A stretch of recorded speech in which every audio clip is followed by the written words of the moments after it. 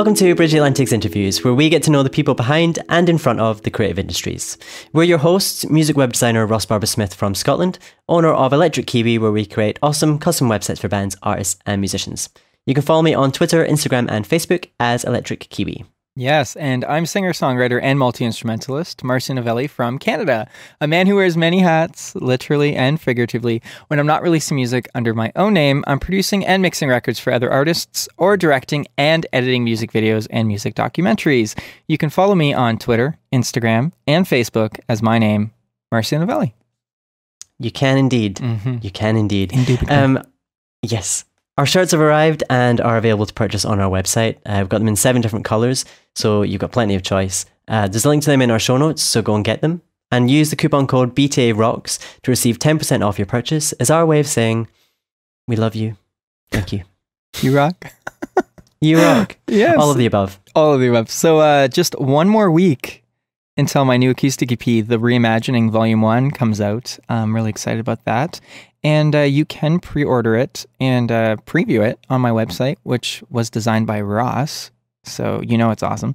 marcianovelli.com. Pretty simple. Do it up and show some support. Yeah, I highly recommend it. And I know that everyone who's heard it already recommends it. So yeah, go on. Thank you. Treat yourself. Treat yourself. So joining us this week from London is sync licensing specialist Pam Lewis Rudden.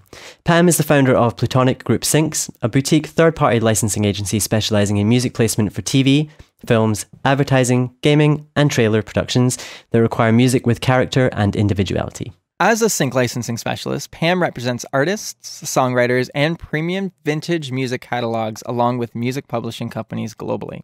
We're excited to learn more about the world of sync licensing and the advice Pam would offer to musicians looking for licensing opportunities. So, welcome to the show, Pam. Hello, thank you. Thank you for being on the show today. Of course. Should we reveal our secrets now or hold back? Usually we pretend like we got that. It didn't take us 3 times to get that intro right at all, right? No, I think it took us 4. I think it took us several times. But anyway, enough with us feeling awkward. I want to make you feel awkward, Pam, just so if you can join in with us. Tell us 3 things about yourself that everyone should know. Ooh, wow. Okay, 3 things. I love to laugh. If you make me laugh, you'll be my best friend forever. I live, love, and breathe music 24 hours, 7 days a week. And I like Twinkies. Okay. That was concise, and we learned a lot about you.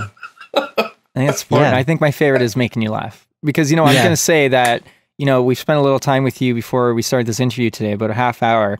Ross has known you before, but I mean, I liked you in the first 10 seconds, and you made me laugh already. So, something to say about that. Yeah, for sure. I mean, because Pam and I had a phone call a while ago, and and actually, Pam, you don't know this, but I tried to keep you on the phone as long as possible because I liked hearing you laugh. This is true. He actually told me this. He actually said it brightened up his day. He didn't want to let you go. It did. I mean, I'd set aside maybe 20 minutes, 30 minutes in my calendar for the call, but we went over that. We went way over that. Way over that. Yes, I've had friends actually request that I record my laugh on Skype and send it to them. I love that. So yeah, it's obviously something unique about it. Yeah. What a compliment. I like using it. So whenever I can, I do try. But people like you guys definitely help me to keep up my jolly little. I love when our interviews start off with a love fest. We help you meet your laughing quota. I love when it starts off with a love fest. I mean, we've already won. We've already won. We're not even 5 minutes in. We've already won. Now. That's it. But yeah, let's dive in a little bit here because you have a lot of knowledge, and I think that you can share a lot with our audience, and I'm really excited about that. So whatever I can help, however I can help. The world of sync licensing, I think a lot of us know the term, but not so many people really know what it is or what it involves. So for people who aren't sure what sync licensing is, can you talk us through a typical day in the life of a sync licensing specialist and what your role is in placing music in film and TV and commercials? Sure. Well, my husband and I started Plutonic back in 2012 when he had just received back his catalog from Warner Chappell and Reverb Publishing. And we were trying to decide what to do with all of these songs that he had written over the last 20, 30 years. And I just kind of, in an off comment, just said, well, why don't we try and get it on, television or advertising or film, not really knowing or understanding all that was involved. It's not just a matter of I have a song and let me get it to a music supervisor. And I didn't even know that much at that time. But after doing lots of research, and, by the way, we're very lucky to live in these times where you can get on a computer and, go on Google and research. You don't need to go to school or university or get a degree. And if you know how to use your research tools, and obviously Google is the best one out there. And after I found out, that obviously it's a little bit more involved, I started attending conferences and workshops and special events where I got to actually meet music supervisors across all different platforms. And in doing so, learn the inner workings of all that is involved. And basically, sync licensing is this. There are two sides to every song, the master and the sync. The master is the actual recording. So if you, Marcio, record a song, an original song, you own that song. That is your song. And then on the other side, because I don't want to go into covers yet, then there is the publishing side. And the publishing side basically is the music that is allowed out there into the public. You can record a song and only you hear it, only you play it. But when you want to let it go out into the world, there is a system which we call,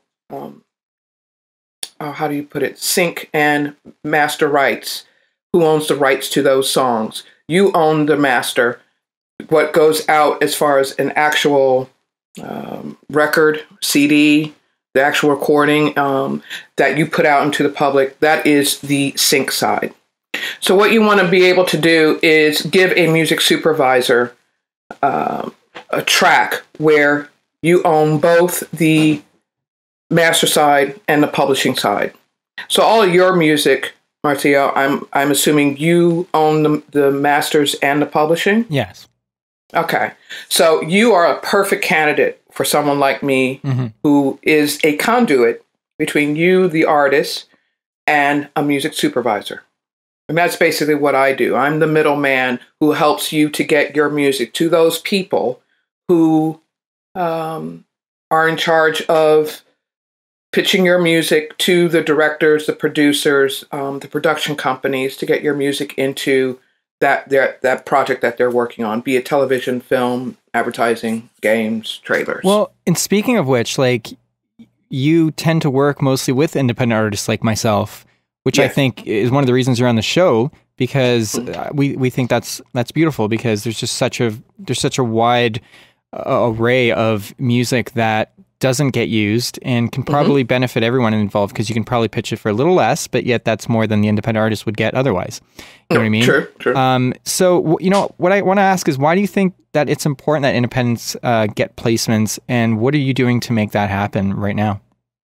Well, if you haven't done any research or you're not necessarily familiar with the background and inner workings of sync licensing, majority of the music you hear, again, across the platforms of television, film, and advertising, are independent artists.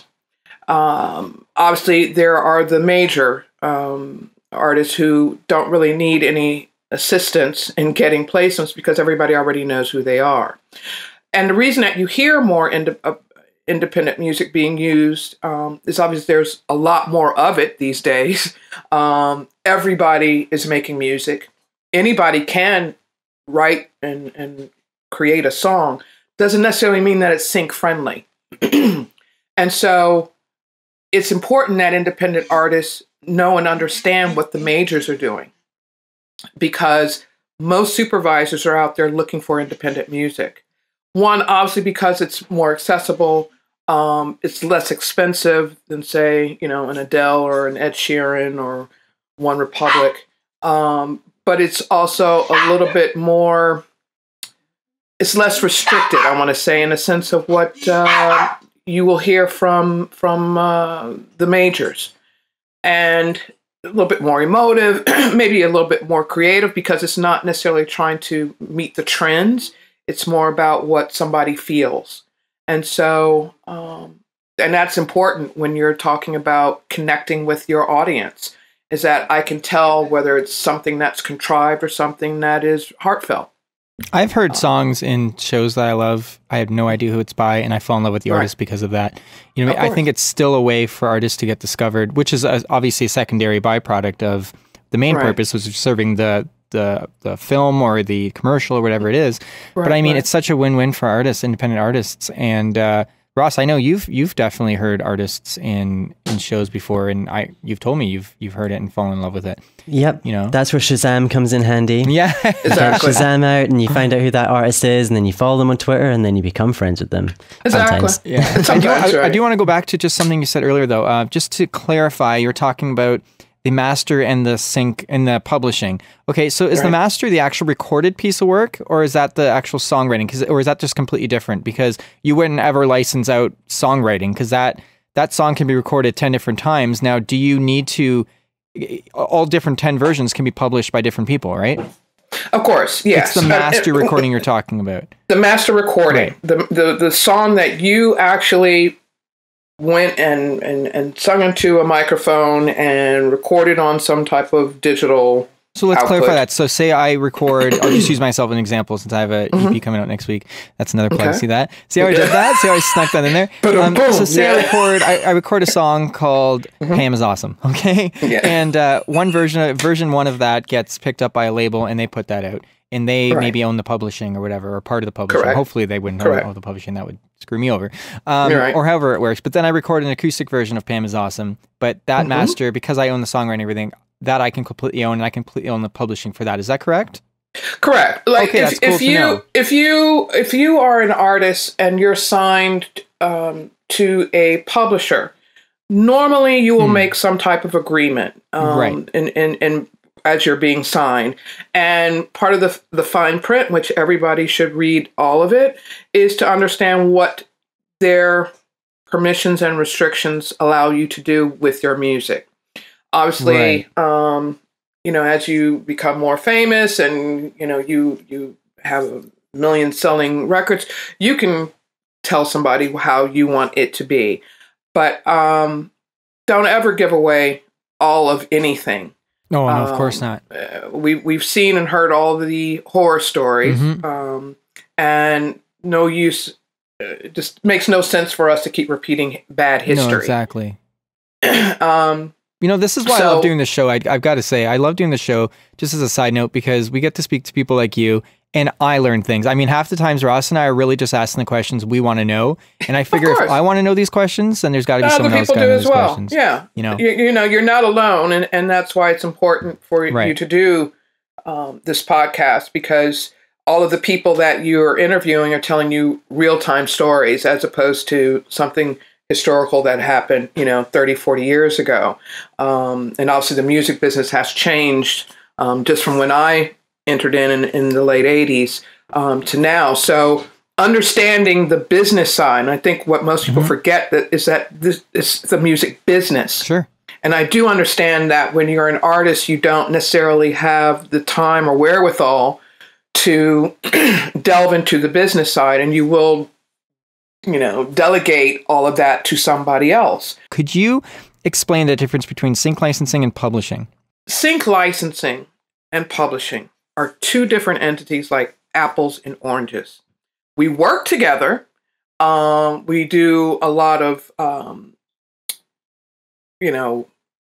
intertwining of information and the like. But what I do in sync licensing is that you're getting permission from the rights owner, the person who owns the master rights, and the person who owns the publishing rights, to get their permission to use that particular recording to air on a varied platform. again, television, film, advertising, television, and games.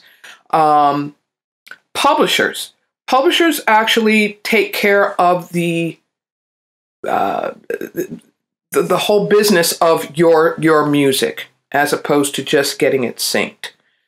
They help collect your royalties.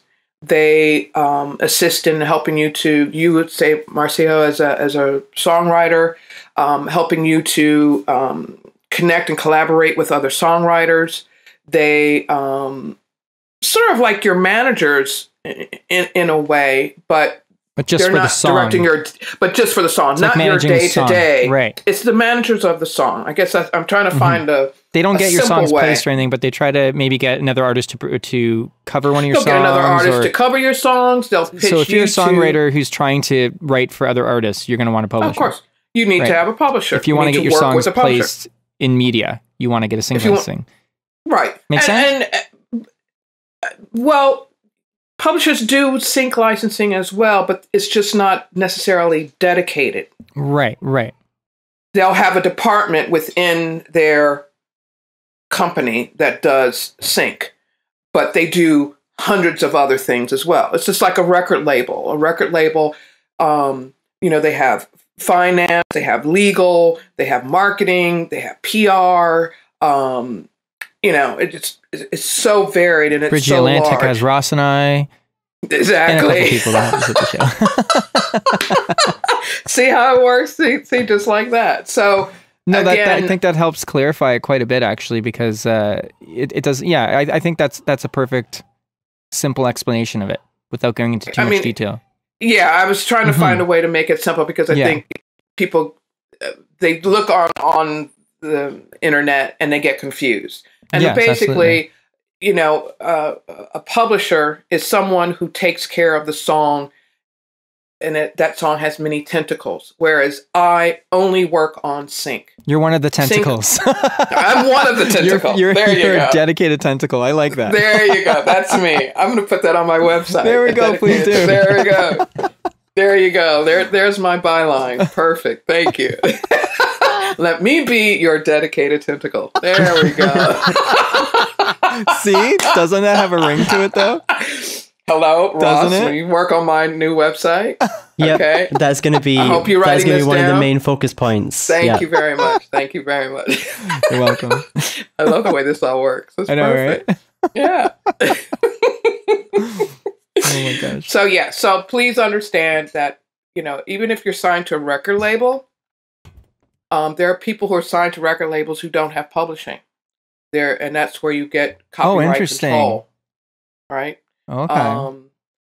You could be signed to a publisher and not have a record label.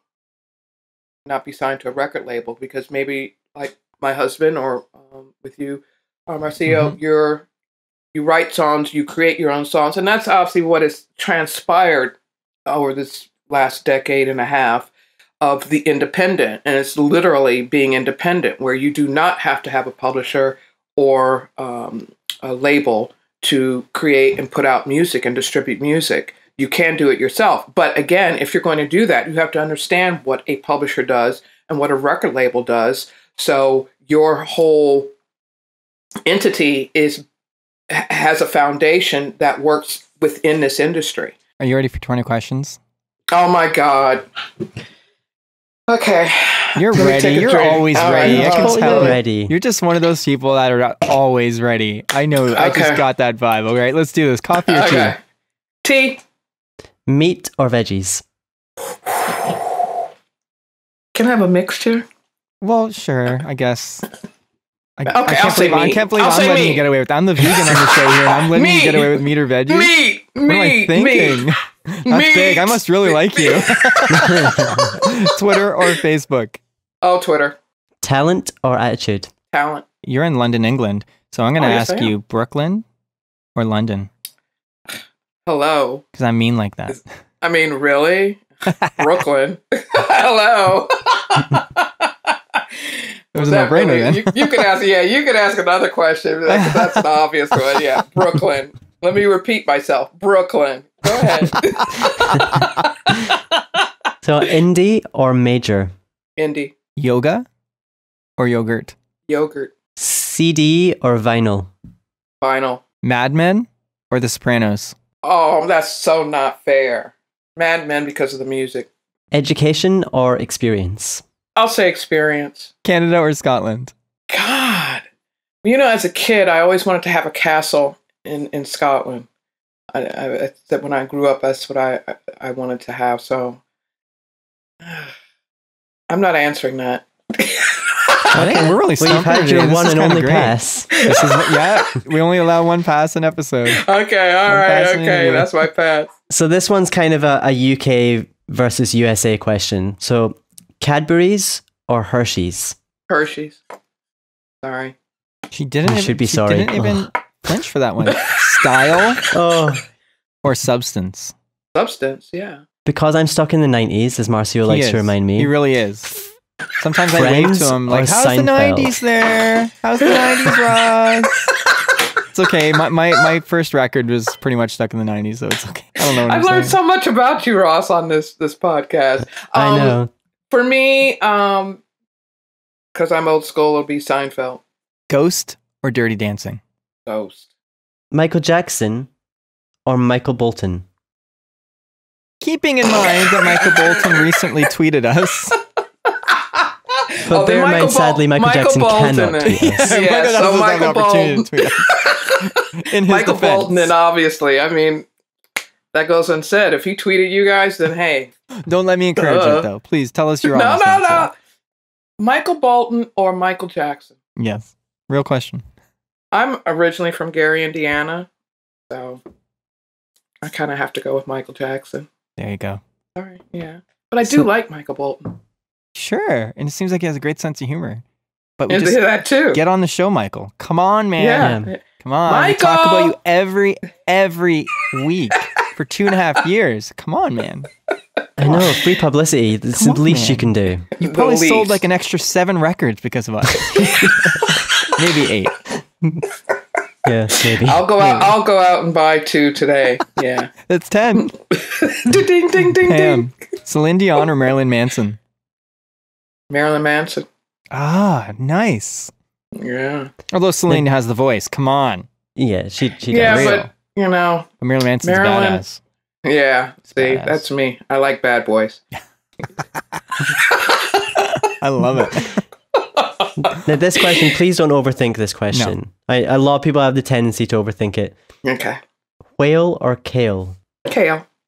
Bette Midler or the Riddler? Oh, Bette Midler. And your final question, Mm-hmm. Ross or Marcio?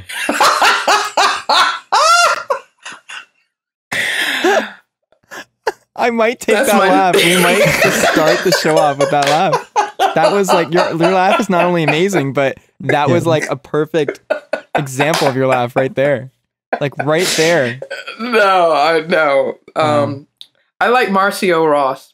Well, she put my name That's first, fine. so I like Marcio too, so. I like I Ross. like Marcia Ross. The whole thing. This is a love fest. You know, I'm so glad she didn't pick. Just quickly before we wrap up here, if you could offer one piece of actionable advice for artists who are looking to get their music placed, what would it be? Number 1, research. Every conference I go to, that's the main topic of conversation. If you have a song and you want it placed on television, do you watch television? What are your favorite television shows? What kind of music do they use on that show? Who's the music supervisor on that show? They list the credits at the end. Do you get in contact with the music supervisor directly? Probably not. That's why you hire a sync agent. They get about 1,000 emails a day.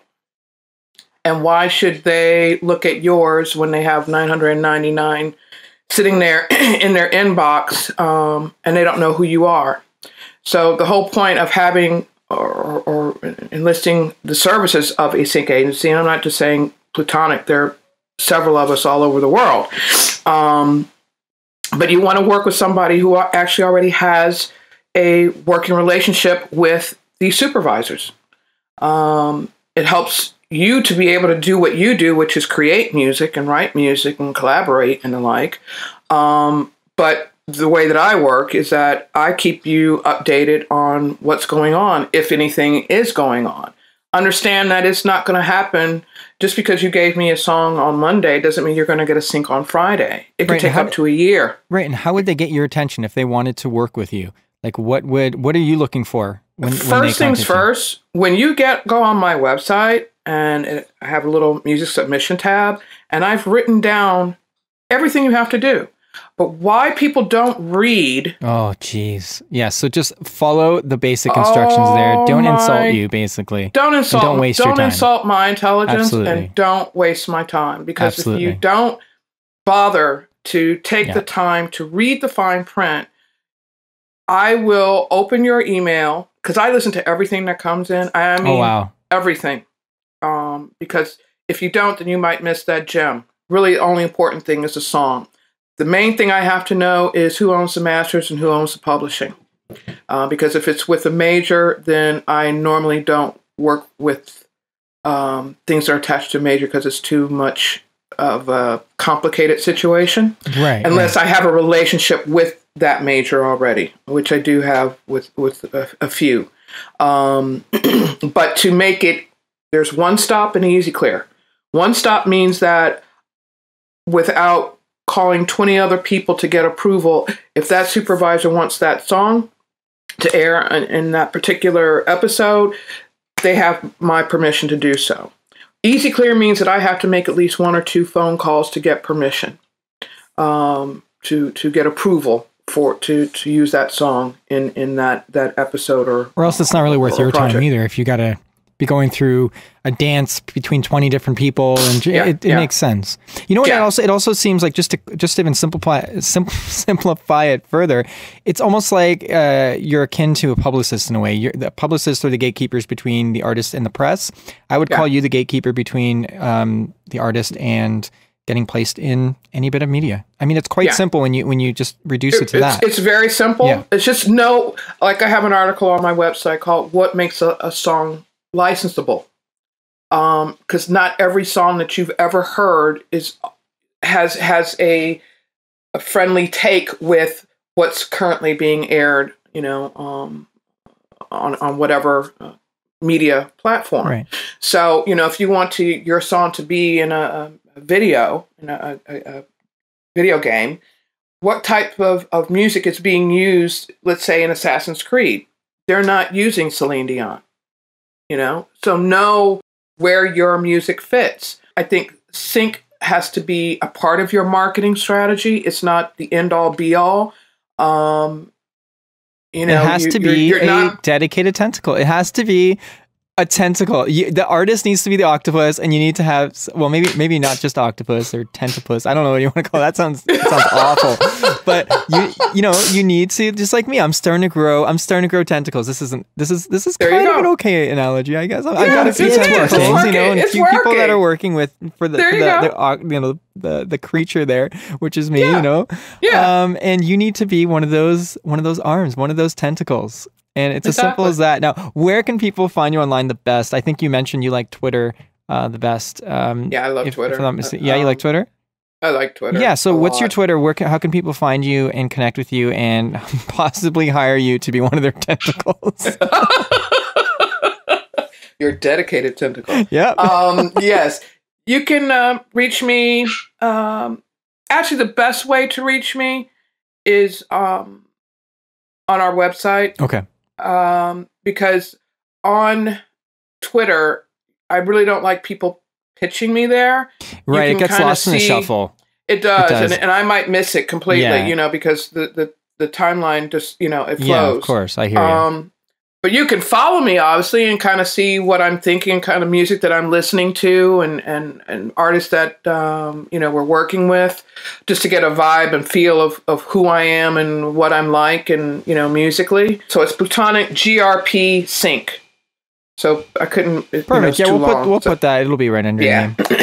And obviously our website is over there. Plutonicgroup.com. Yeah, right over there. Yeah, right there. Awesome. Right there. And I highly recommend that you follow Pam because she is awesome. And I would also like it if you follow our show. You'll find us on Twitter, Facebook, iTunes, and YouTube. Just search Bridge Atlantic and you'll find us on there. You know where else we are, Ross, which you never mentioned? We are also on Instagram. Not sure why you don't like to mention Instagram, Ross. We are on Instagram. We post there a number of times a day.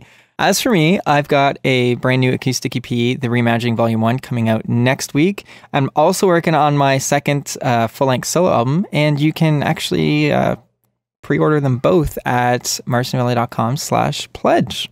Make sure to follow me on Twitter, Facebook, Instagram, and Spotify, which are all my name, Marcio Novelli.